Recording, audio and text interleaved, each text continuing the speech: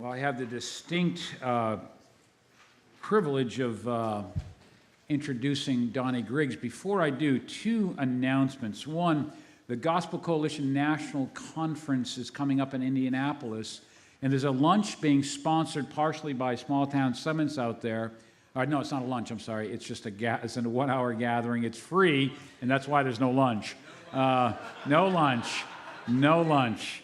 Don Carson will be part of that. Stephen Whitmer will be part of that. And it's limited seating, so you can go on smalltownsummit.com and sign up for that. Again, no cost, but if you're going to be at the Gospel Coalition, urge you to be part of that conversation about rural, small-town ministry. The second announcement is Donnie came here with a boatload of his books, and he's a motivated seller. You know what that means in a yard sale?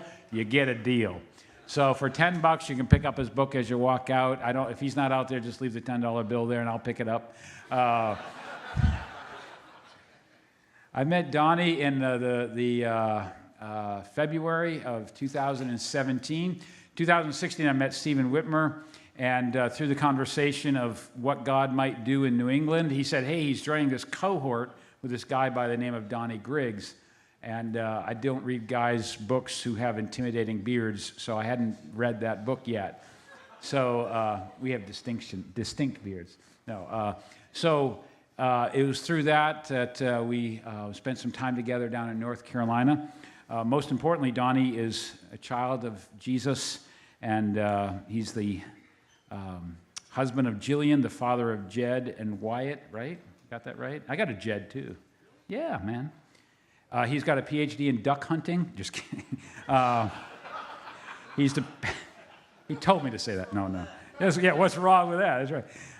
The pastor of One Harbor Church in Moorhead, North Carolina. And God is using him to stir up. I mean, he's been like on the forefront of, through his book, Small Town Jesus, stirring up a renewed zeal in the church broadly, for not just nationally, but internationally, of what God might do in rural places. So, Donnie, thanks for coming to New England, and come on up now.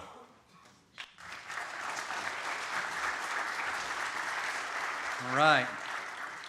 I heard there was an announcement this morning about a prestigious beard, and guys all day have been like, hey, man, I think my beard's better than yours.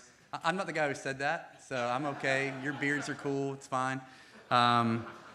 I apologize I was late this morning. I landed in Boston, I don't know, 12:30 or 1 o'clock this morning. I'll explain to you I've had a pretty hard last week, and I'll mention that here in just a minute.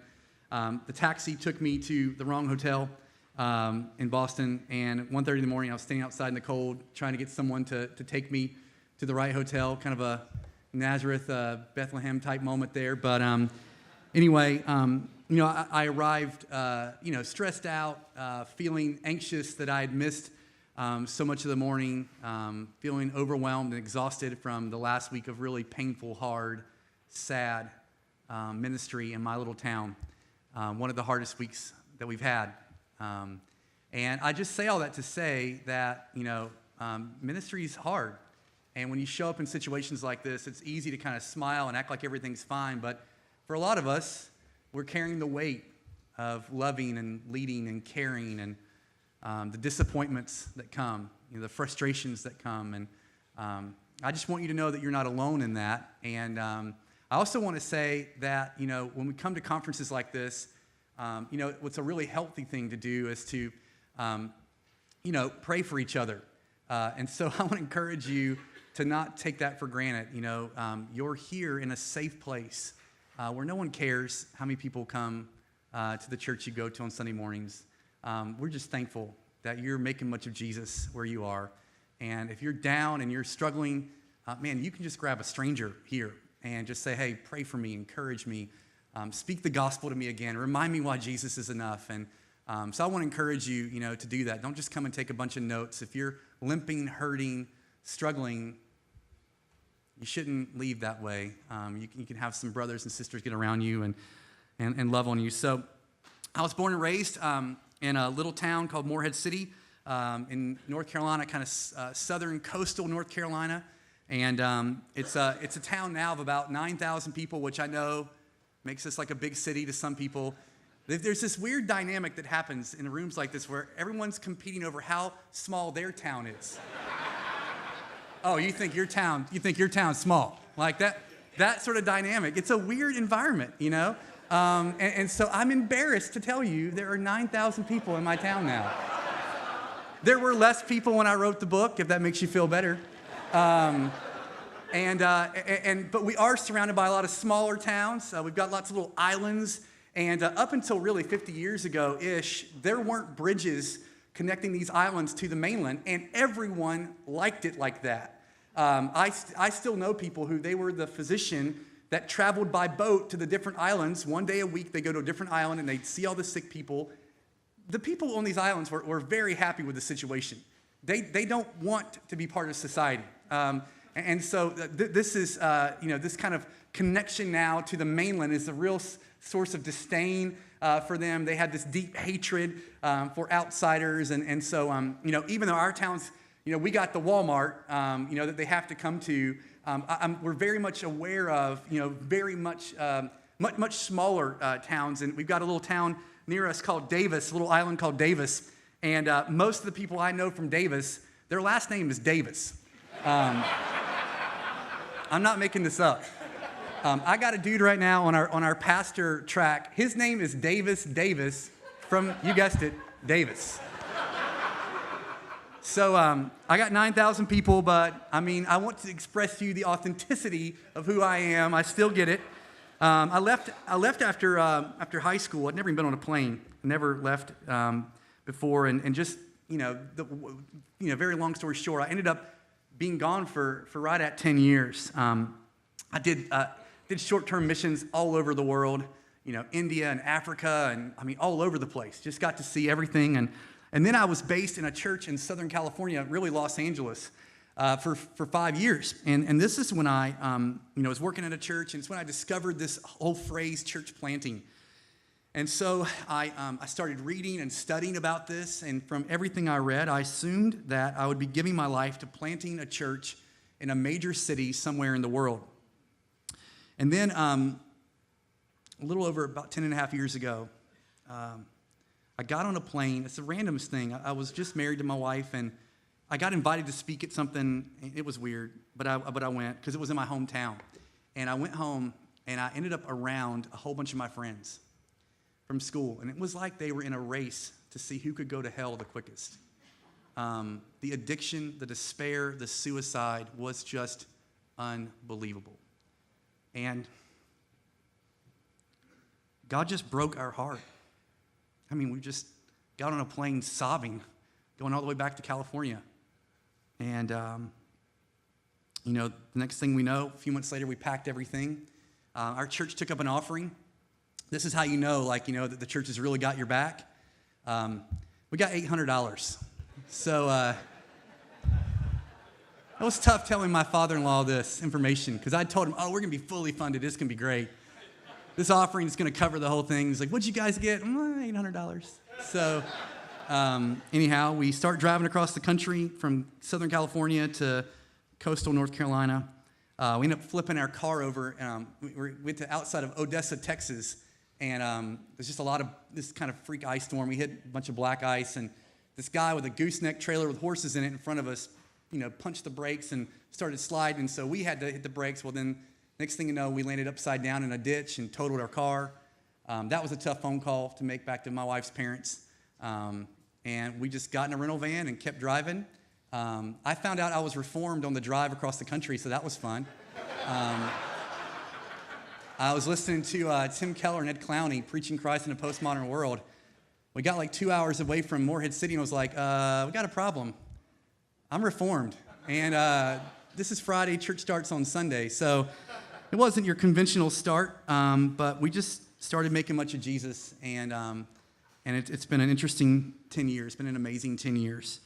But for a while on that journey, I started thinking, probably the first year or so, I really felt like I had been benched, to use a sporting term. And I don't know anything about sports, so that's as far as I'm going to go. But the idea of, just being sidelined. Because I'd read the books, and they told me that the big stuff that God was doing was in big cities. And here I was in a town that no one had heard of and no one cared about. And I just thought, well, this is God's passive-aggressive way of telling me, you're done. God wanted to use me. Why would he stick me in the middle of nowhere? So many big cities, why would God put me in this little town? Now, what happened over the course of time is I started to see that not only did God want me there, but it was a worthwhile cause. It is a privilege to lay my life down for this little community. And it would just about take a second incarnation of Jesus to get me out of there.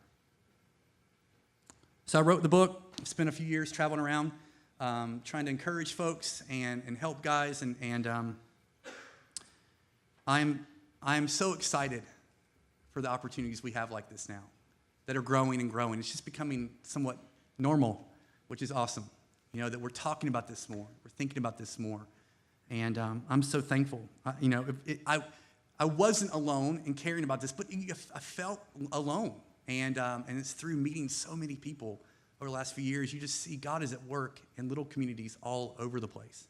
I could tell you story after story after story. I could take you to the Rhondda Valley in Wales, where Ben and Lois Franks are seeing Jesus' gospel multiplied throughout these little Welsh villages and valleys. It's happening all over the world. It's incredible, and I'm honored to be here. If we're going to make a difference, we've got to help existing churches. We've got to help the churches who attend them. We've got to inspire a generation of new up-and-coming leaders and church planners and pastors to take their small towns seriously. I've been asked to speak to you today on what gospel-shaped small-town ministry looks like in practice. I think on the one hand, it kind of looks the same everywhere to a degree. You have to make disciples, you have to preach the gospel, you have to, all those things. But, there is nuance. When we dive into a culture, there's nuance. The where informs, how we apply the what. And so I've also seen that too. I was in Vermont a month or so ago with Landon and those guys up there. And you don't want to oversimplify. Small towns are unique and they're different. And, some of the challenges that, when you think about a small town, sort of, everyone might think of, Brad described the prairies and the fields of wheat. That might be the ideal we have, but actually there's so much nuance here, and so I don't want to oversimplify, but I do want to talk to you this afternoon about some things that I think are helpful in a general sense, no matter which small town that you're in. I want to frame it by looking at a sermon that Jesus did in a small town, Luke 4 verses 16 through 19. And Jesus, came to Nazareth, where he had been brought up. And as was his custom, he went into the synagogue on the Sabbath day, and he stood up to read. And the scroll of the prophet Isaiah was given to him. He unrolled the scroll and found the place where it was written, "The Spirit of the Lord is upon me, because he has anointed me to proclaim good news to the poor. He has sent me to proclaim liberty to the captives and recovery of sight to the blind, to set at liberty those who are oppressed, to proclaim the year of the Lord's favor." I know it's a familiar passage, but I think it's a loaded one. Maybe you're here and you're a student. You are considering maybe, just maybe, what if I gave my life to small, podunk little places?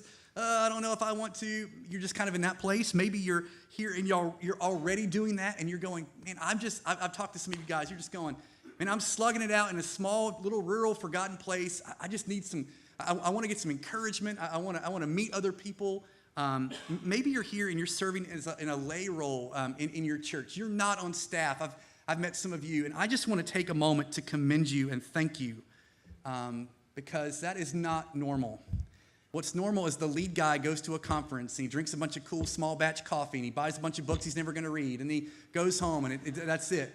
But for you to take time, many of you take time off work. Many of you have to get a sitter for your kids or whatever the case may be. For you to take time and for you to prioritize this is incredible. And I want to commend you for that. And I'm so thankful for that. And I hope that continues more and more. No matter who you are, where you're from, I think I can help us see how we can see this passage and look at Jesus going into this little town and find some things that will be helpful for ourselves. The first thing I think that you need to do gospel-centered ministry, gospel ministry in a small place is you need theological conviction. You need theological conviction. It starts off by saying, and he came to Nazareth. And we just read on past that. Oh, where's the good stuff? That's still good stuff right there. That's good stuff. He came to Nazareth. Jesus came to Nazareth, and he wasn't like, hey, guys, quick pit stop, grab a Mountain Dew and a fudge round, and then we're out of here. This place is worthless. We're moving on to... No, he came to Nazareth, period. He was okay being there. He wanted to be there. Jesus chose to go to little towns like Nazareth. He only had 3 years of ministry on earth, and he chose to do this. It wasn't the only time he did it. It wasn't like his one-off, like how politicians do this kind of, they'll show up in some like forest, and here we are. And like you can tell they've never been in the woods in their whole life. This was not a publicity stunt for Jesus. He did this often. We see in Matthew 9:35, Jesus went throughout all the cities and villages.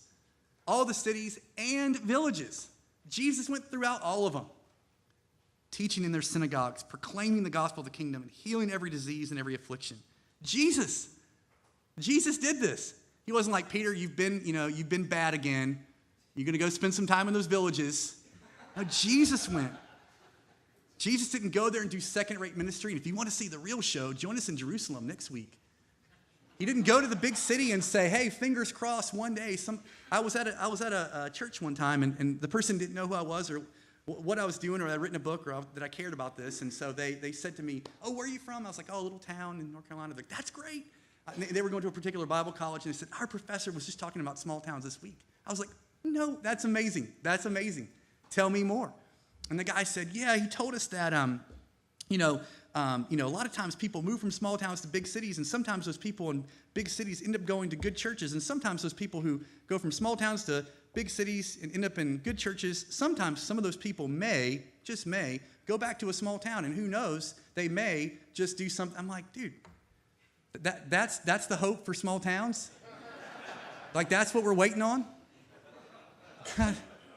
I mean, I don't know. Feels a little wrong.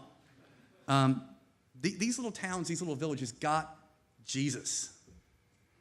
And they got the whole package. They got his teaching. They got Jesus healing. They got Jesus proclaiming. And that is theological conviction we need. It immediately brings a sense of authenticity that can sometimes feel missing.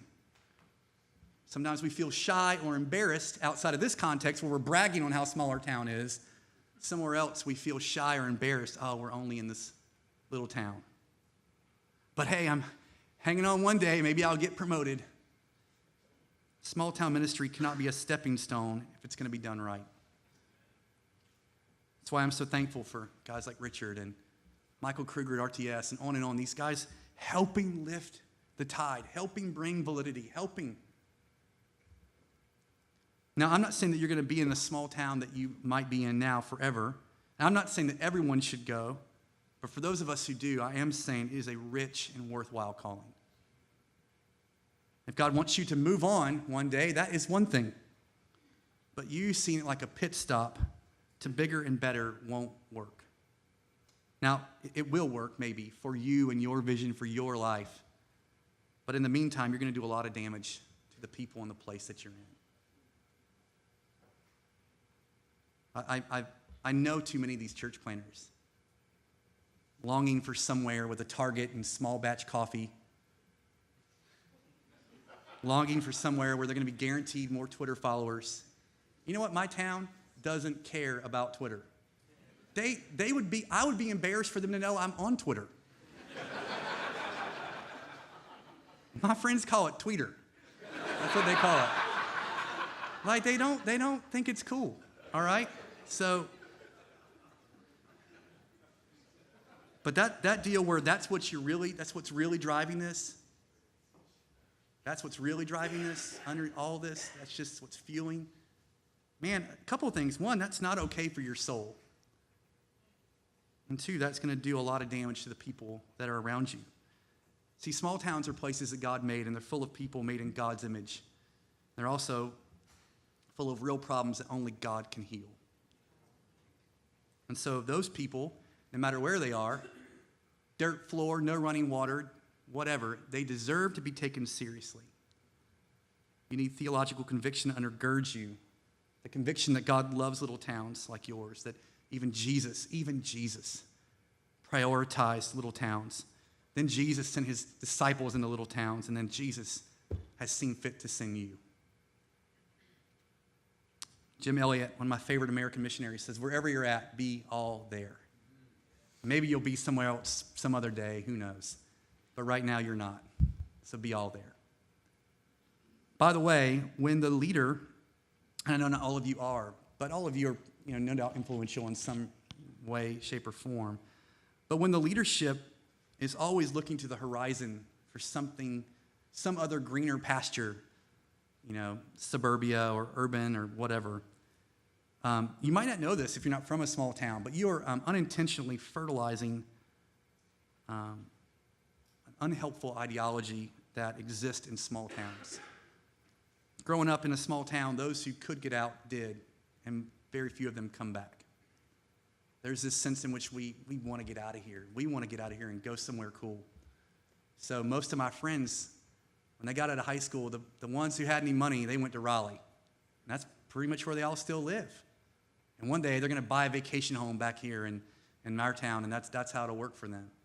And then a lot of my friends who working class families, they're still in town, wishing they were somewhere else. And when the leader of the church is acting like that, and it's contagious. You're not modeling validity in the place that you're in. You're not discipling people to wrap their arms around the fact that the sovereign God decided for them to live where they live right now. Again, if you're here and you're not the pastor of the church, I'm preaching to the choir. You taking your town so seriously, you're willing to take time off work, take time away from your family, or whatever it is to be here, is massive. You need theological conviction. Secondly, you need to be able to unpack the gospel faithfully. And I know we've spoken a lot of this, but it's worth just pausing on here. Jesus is given the scroll, and he begins to unpack the good news. What's the context he's in? Well, there's a lot of religious meetings going on when Jesus is doing, in Jesus' day, lots of religious meetings, but there's seemingly no good news. And when Jesus comes, he brings something different. In the same way, a lot of the small towns we find ourselves in have lots of buildings with lots of meetings, but sadly, very little gospel.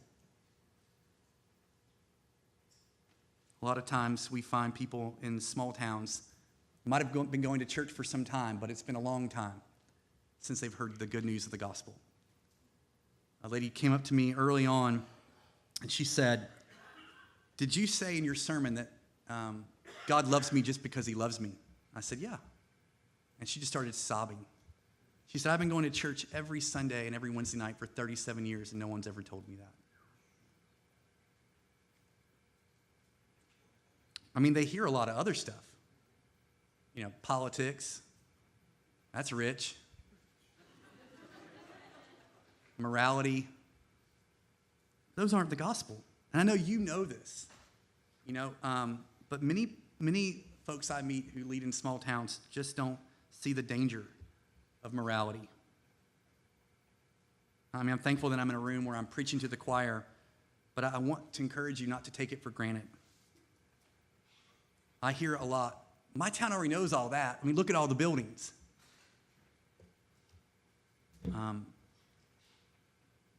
Don't drink, cuss, or chew, or go with girls who do. It's not the gospel. And I remember when I first started reading Keller and Carson and all these guys, I was reading it through the lenses of thinking, oh yeah, the cities, they're really dark and terrible. And then it hit me, that's us. One generation believes the gospel, the next generation assumes the gospel, the next generation denies the gospel. Carson, that's small town America. That's what we're dealing with. I mean, I got a friend who I invited to church last Easter, and she said, I don't really get the whole bunny thing. And I was like, well, no, that's not what it's about. It's about Jesus rising from the dead. It's about Jesus rising from the dead. And she goes, wait, you guys believe that? I was like, yeah, that's what Easter is. She's like, what? She just was astonished. She's like, what? That's what Easter is? You guys think Jesus rose from the dead? She was born and raised in this little town in North Carolina, and she doesn't know what Easter is. That's the kind of thing you imagine happening in some foreign country. We have a generation who have denied the gospel because their parents assumed the gospel. And your small town needs the good news. Don't assume because they grew up in church they know it. Probably don't. And we need a lot of faithful ministers and leaders who are willing to do this week in and week out, to faithfully unpack the gospel again and again and again and again. And I want to encourage you not to take that for granted. It will probably be remarkably new and fresh for your community. You need compassion for the town. Thirdly, Jesus saw the poor, the captive, the blind, the oppressed, and he wasn't okay with that.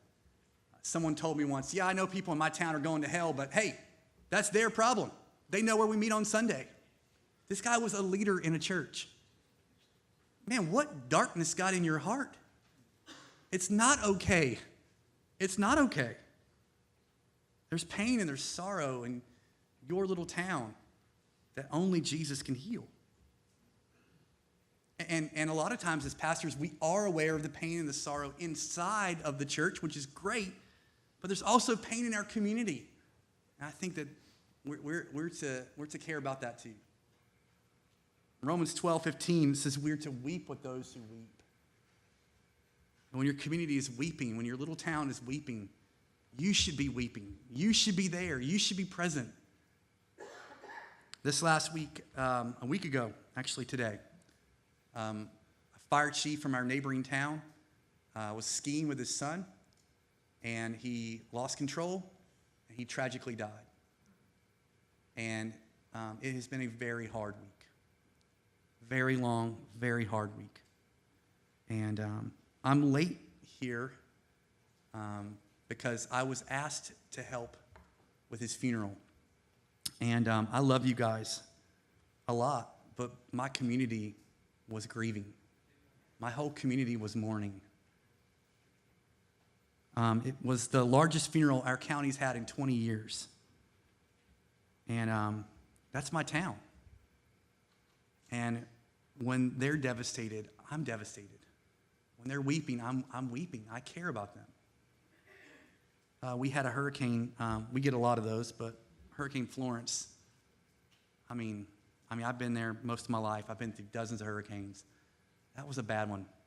I mean, a real bad one. And it was an opportunity to do a lot of stuff. It was an opportunity to help, and we helped hundreds and hundreds of families, and it was great. We still have years of work to do, so if you want to come down, we'd be glad to have you. But it was also an opportunity to grieve and to weep. Helping people is good, but it doesn't replace weeping with them. Jesus didn't just heal and deliver and save. He wept and he cared. He was often moved with compassion. He was willing to enter into the suffering of others. I think that one thing we need if we're going to do gospel ministry in small places is a sense of missional urgency, a situational awareness of what is actually going on in our small towns. Small town America isn't Mayberry anymore. You remember that show, the Andy Griffith show? Don Knotts had one bullet. He kept it in his shirt pocket, you know. It's just not the case anymore. There's a lot of sadness and darkness, and Jesus is the hope for it. A lot of the folks I meet, though, in small town ministry just don't know what's happening. They just don't know what's happening outside of the day-to-day church life, and I think that's a problem. Jesus lists some different categories of people that he's come to minister to. He says there's the blind, and so I just want to try to pull from this passage a few areas that I think are probably common to most of us in small or rural places. I think one of the areas of major blindness in small towns and rural places that I see is racism. There's just a blindness to racism. It's been made more evident over the last couple of years through various things.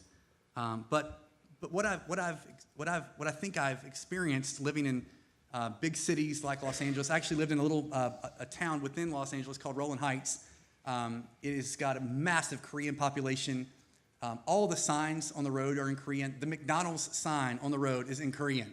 It's still got a big M, so, all of us know where to go. But it was just extremely overwhelming, all these different ethnicities. In an urban culture, you really, you kind of got no choice. You just got to get on with it, and get along or pretend to get along. But in small rural places, you can still sequester your life and live without ever having to care about someone who looks different than you. And this is an area of major blindness that if we're going to do faithful gospel ministry in small places, we've got to have the courage to take on. I want my church to be a safe place for racists to come, to hear the gospel, but I want it to be an impossible place for them to stay racist.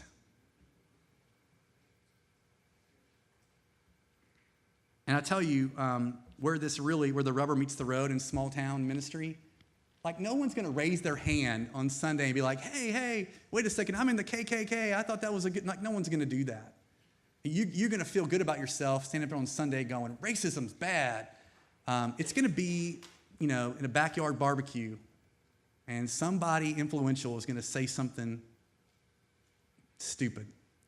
And that's your moment in small town ministry, right there. That's your moment where you say, hey, time out. Excuse me? Let's talk about that. Blindness of racism is a major issue. The captive Jesus speaks about. I think so much of the captivity that we see in small town rural ministry is around drug and alcohol addiction.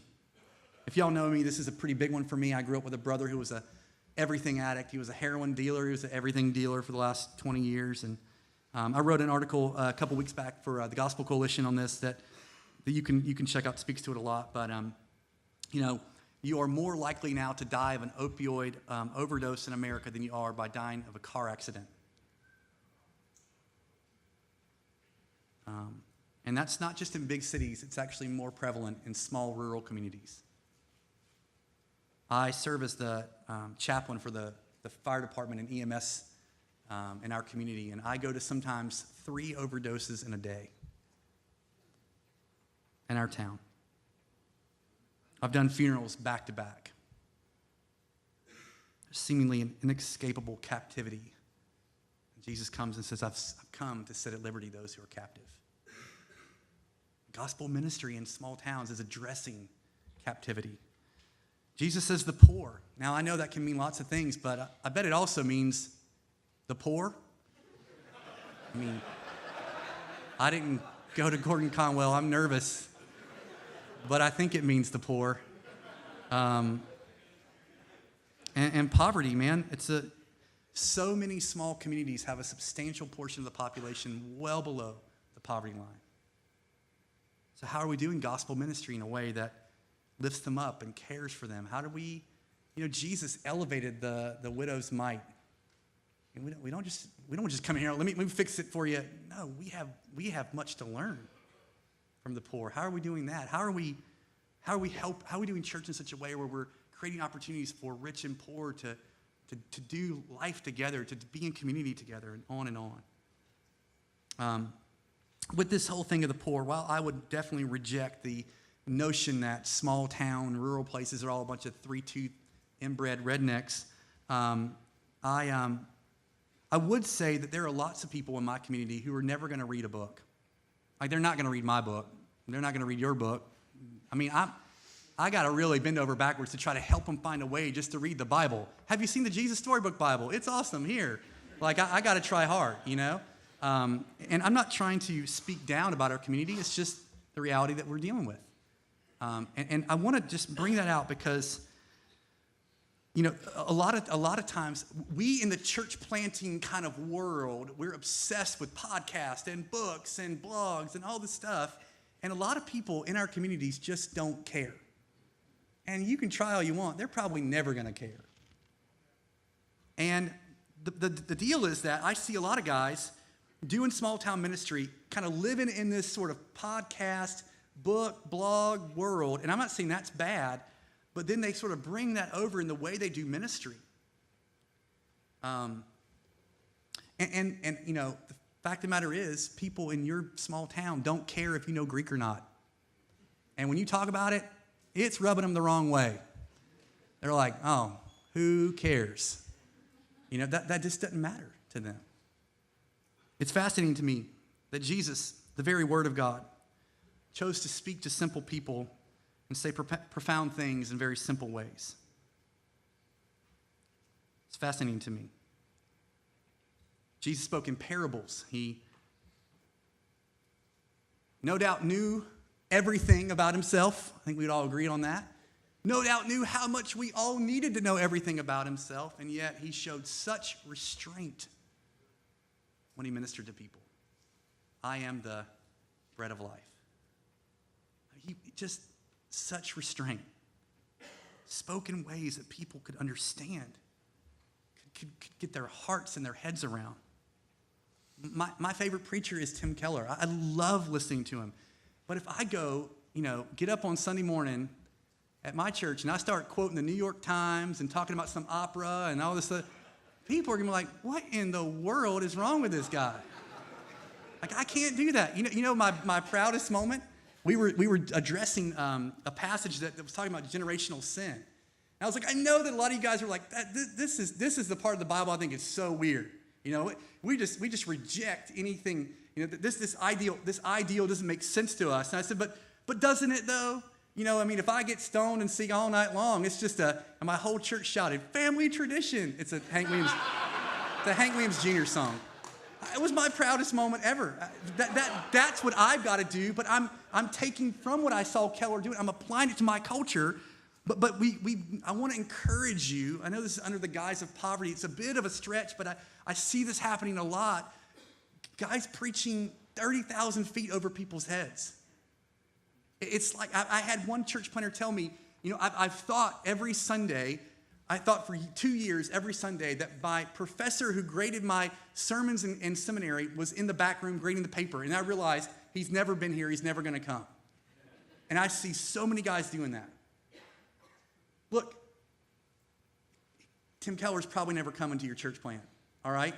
He is phenomenal, but he's probably never showing up. You can stop preaching like you're trying to impress him. You can talk to the people in the room because they need the hope of the gospel. And Jesus found a way to speak the gospel in profound ways that were yet simple enough for people to understand. That's that. One more thing that Jesus mentioned. He mentions the oppressed, the bruised, the broken, and I think that speaks of suicide and depression in small town America. Our little town has seen close to a dozen teenage suicides over the last several years. We had 4 suicides in a 2-week period last year.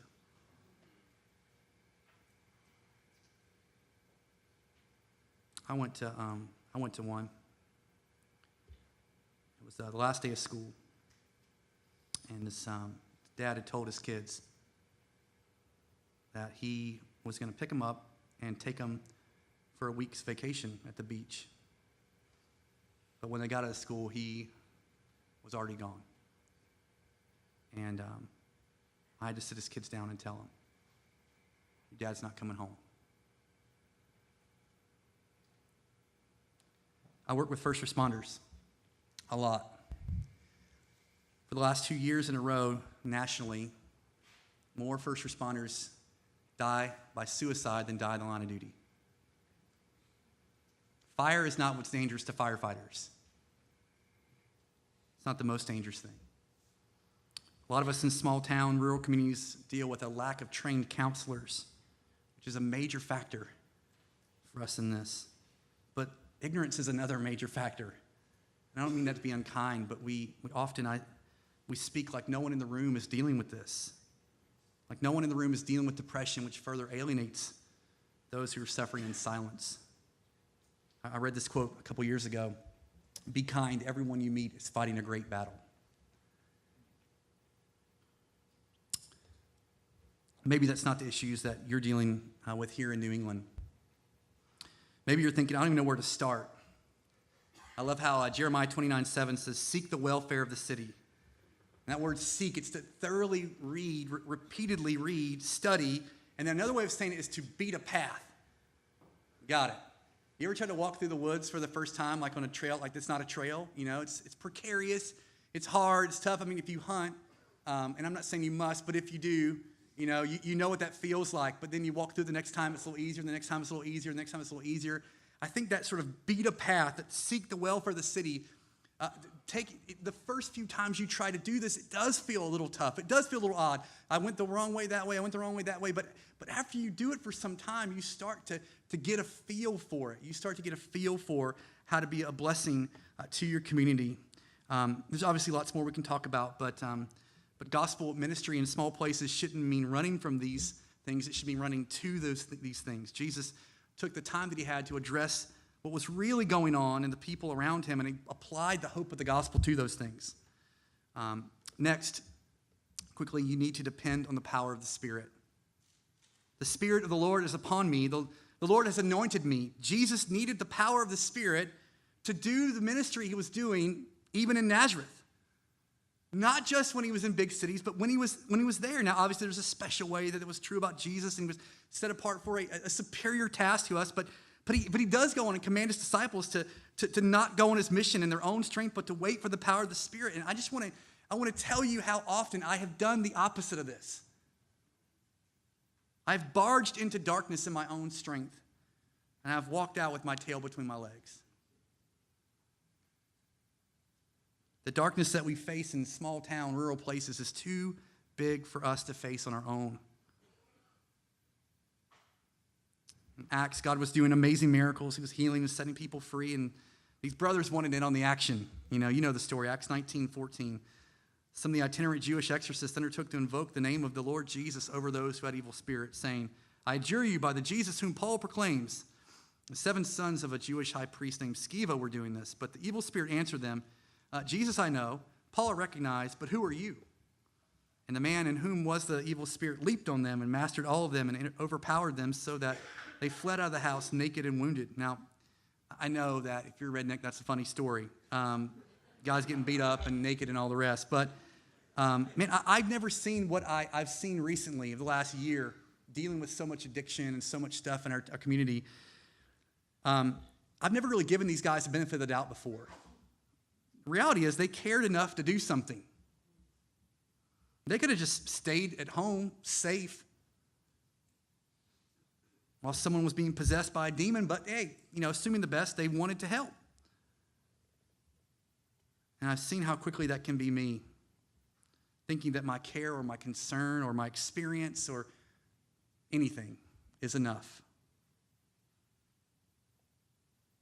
There's just a lot of help that we can't give, that only the power of the Spirit can give. We can do a lot, but we can't change hearts. We can't set people free. So I want to encourage you to depend on the power of the Spirit. And part of that depending on the power of the Spirit is being patient. I've been so challenged by my friend Stephen speaking of this 100-year vision here in New England. 100 years.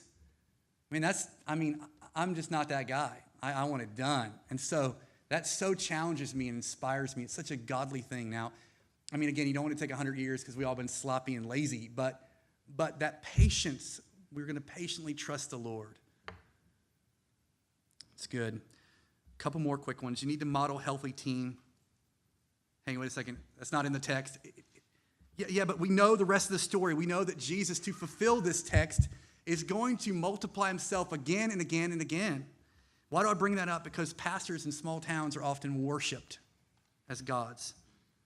Small towns love a one-man show. The model has often been the guy going around doing everything, running like a chicken with his head cut off. It's unsustainable, it's unhelpful, and eventually it's ungodly. People want to make you the hero, not Jesus. And one way you can combat that is to reproduce yourself again and again.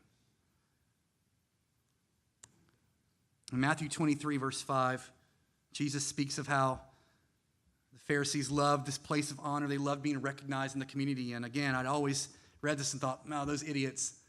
And then when it hit me, man, that is so possible in small towns. You got to be you got to be pretty phenomenal in an urban center for someone to recognize you in public as a pastor. In a small town, not so much. It's not bad to be known by the town. It's bad to love that. And it's not a win if everybody in the town loves you, but nobody loves Jesus. Model healthy team. Multiply yourself. I mean, it is controversial when I tell about sin that I'm struggling with. People get uncomfortable. This one guy comes up every time and goes, I really wish you'd stop. No one wants to know that. Yeah, but everyone needs to know that. When I get other people to preach and I sit on the front and I take notes, it's like breaking something down that needs to be broken down. Lastly, you need to be prepared for rejection. You guys know the rest of the story. In Luke 4, verse 20 through 30, Jesus gets rejected.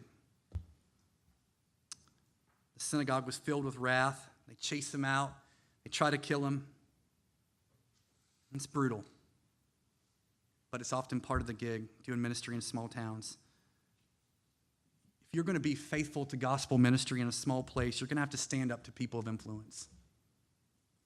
You're going to have to challenge things that maybe no one has challenged before or in a very long time.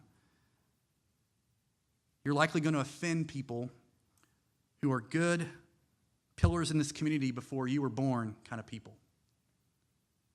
You're going to face rejection if you're going to be faithful to gospel ministry in small towns. But that's okay. We're in good company. Jesus did too, and he's worth it, no matter how hard it is. God help us to go into the Nazareth that we find ourselves in with theological conviction and gospel clarity and missional compassion and urgency, depending on the power of the Spirit, committed to raising up others, preparing ourselves for suffering along the way. Amen?